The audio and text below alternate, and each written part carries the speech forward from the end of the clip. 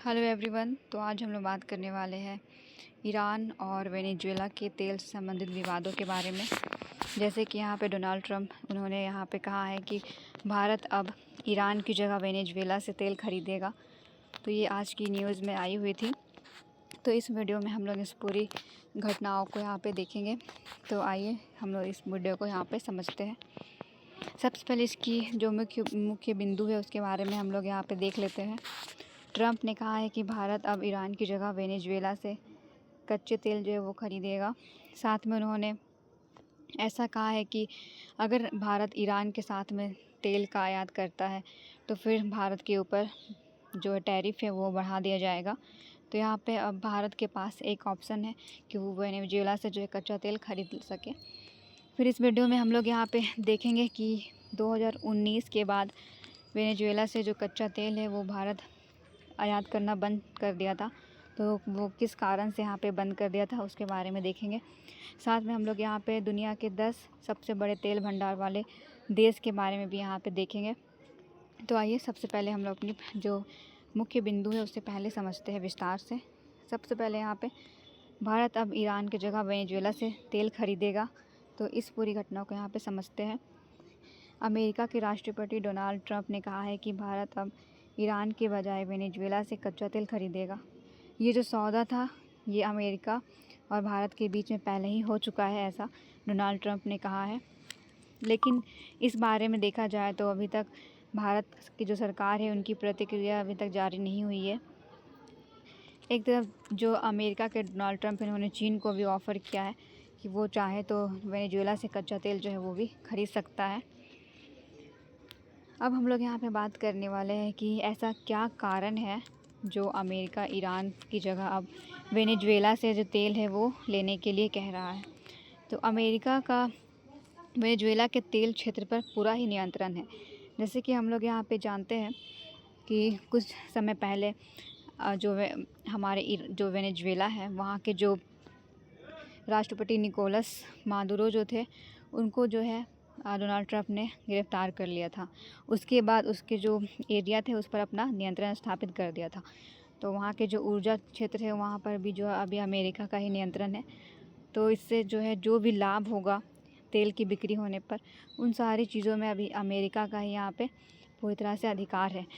तो यहाँ पे कह सकते हैं कि अगर भारत अगर वेनेजुएला से कच्चा तेल का आयात करता है तो यहाँ पे उसे बहुत ही ज़्यादा जो है मुनाफा अमेरिका को यहाँ पे मिल सकता है। फिर हम लोग यहाँ पे दूसरी घटना को पढ़ेंगे। ईरान और रूस पर निर्भरता जो है वो कम हो जाएगी इसके वजह से। जैसे कि अमेरिका बहुत ही लंबे समय से भारत पर जो है ईरान और रूस के जो तेल है उस पर जो है दबाव को कम करना चाहता था, क्योंकि कुछ समय पहले जो है भारत लगभग ईरान और रूस के साथ में जो कच्चे तेल है उसका आयात करता था।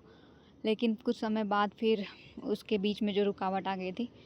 फिर 2000 करीबन 2019 के आसपास में जो है वेनेजुएला के साथ में भी उन्होंने तेल का व्यापार किया था।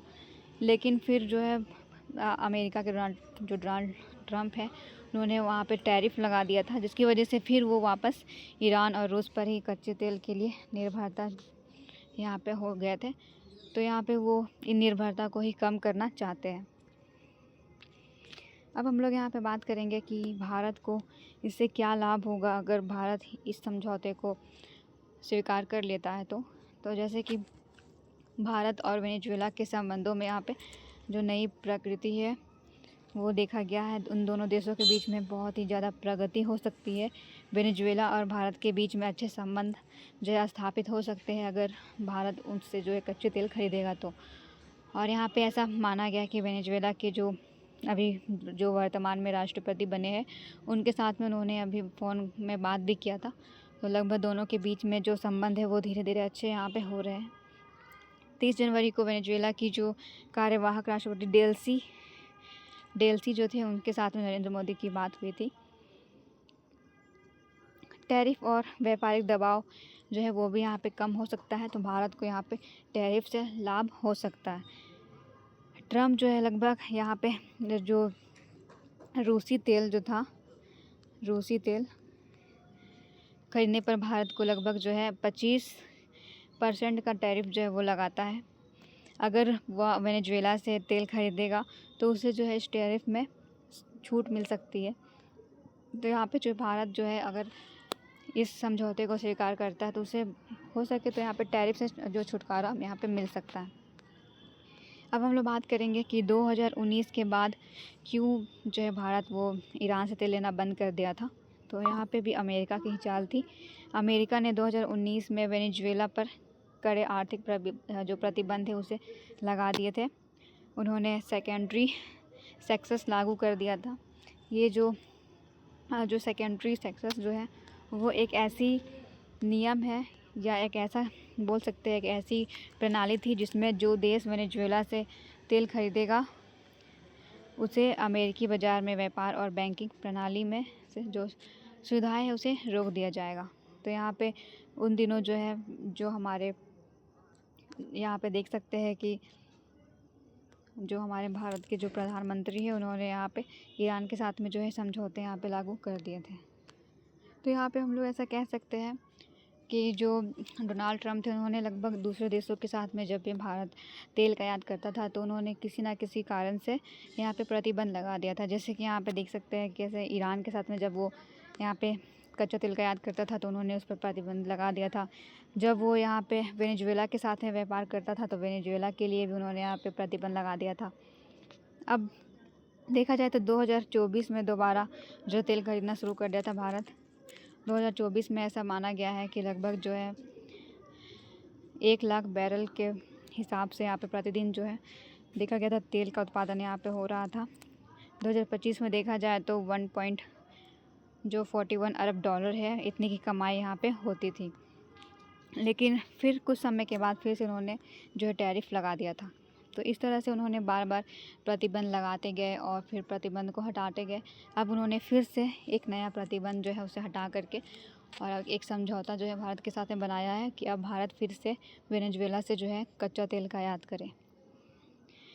अब यहाँ पे भारत की एक सबसे बड़ी निजी कंपनी रिलायंस जो कि अभी वेनेजुएला के तेल खरीदने पर उन्होंने भी अपना यहाँ पे सहमति जताई है। वो कोशिश कर रहे हैं कि वो भी जो है वेनेजुएला का तेल यहाँ पे ख़रीदें।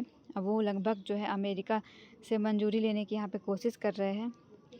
वो ऐसा इसलिए करना चाहते हैं क्योंकि वो चाहते हैं कि भविष्य में भी जो है उनके पास ये कच्चा तेल जो है वो सुरक्षित रह सके ताकि वे उसका उपयोग जो है बाद में कर सकें।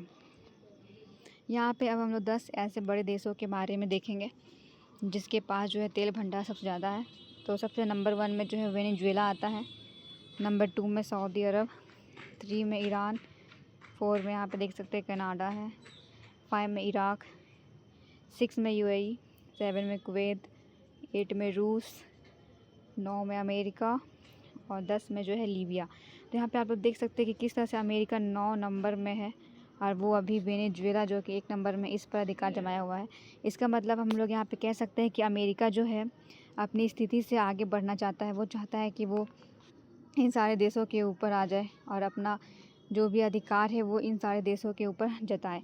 वो चाहता है कि धीरे धीरे इन सारे देशों से सभी लोग जो है तेल का आयात ना करें और उनके हिसाब से ही चले, जिससे कि ये धीरे धीरे इन सारे देशों का जितना भी कह सकते हैं तेल का जो बिक्री है वो कम हो जाएगा। ये फिर आर्थिक स्थिति से कमज़ोर हो जाएंगे और अमेरिका जो है वो धीरे धीरे फिर यहाँ पे मजबूत हो जाएगा। तो इस घटना को यहाँ पे देख सकते हैं किस तरह से वो अपने आप को यहाँ पे स्थापित कर रहा है। और एक यहाँ पे सबसे बड़ी कारण ये हो सकती है कि ईरान जो है और अमेरिका, इन दोनों देशों के बीच में अभी बहुत ही ज़्यादा मतभेद उत्पन्न हो रहा है। एक तरफ तो हम लोग यहाँ पे देख रहे हैं किस तरह से जो हमारे जो मिडिल ईस्ट का जो भाग है वहाँ पे यूएस अब्राहम लिंकन जो है उसे तैनात कर दिया गया है अमेरिका के द्वारा, ताकि ईरान जो है उस पर पूरी तरह से जो है कब्जा कर लिया जा सके। क्योंकि यहाँ पे देखा जा रहा है कि ईरान जो है इन दिनों परमाणु हथियार बनाने की कोशिश कर रहा है। तो अमेरिका चाहता है कि वो इस हथियार को ना बनाए। अगर ईरान जो है अगर इस हथियार को बना लेता है तो वो अमेरिका से ज़्यादा पावरफुल हो सकता है। तो अमेरिका चाहता है कि वो जो है अभी भी उससे नीचे रहे, चाहे उसकी जो परमाणु शक्ति है वो आगे ना बढ़े। इसलिए वो इस पर प्रतिबंध लगा रहा है ताकि वो अभी भी अपनी जो क्षमता है उसे आगे ना बढ़ पाए। तो यहाँ पे इन्हीं कारणों से जो है वो पूरी तरह से ईरान को यहाँ पे कमज़ोर करना चाहता है, क्योंकि ईरान भी है जो पूरी तरह से अभी तैयार है युद्ध करने के लिए। तो वो चाहता है कि कुछ ऐसा करे जिससे जो है ऐसा वार हो कि दोनों देशों के बीच में लगभग जो युद्ध है वो शुरू हो जाए। तो यहाँ पे इस घटना को हम लोग पूरी तरह से समझ चुके हैं। तो आप लोगों को ये पूरी जो घटना है वो समझ में आ गई होगी कि ये न्यूज़ से संबंधित क्या थी। तो थैंक यू।